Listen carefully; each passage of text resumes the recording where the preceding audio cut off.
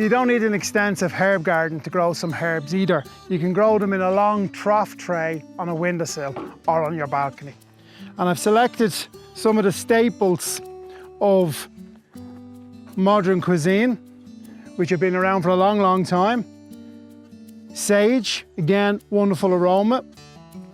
Oregano, handy for on top of the pizza.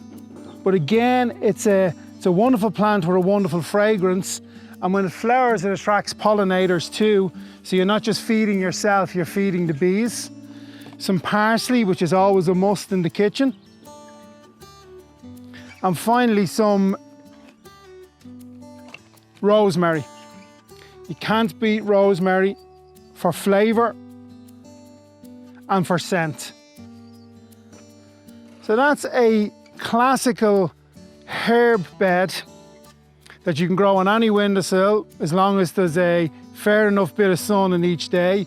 But if you wanted, you could also flesh it out with some violas, because violas have edible flowers and the foliage can be made into a tea, and that's just a way of starting to creep some colour in, which again enhances the seasonality.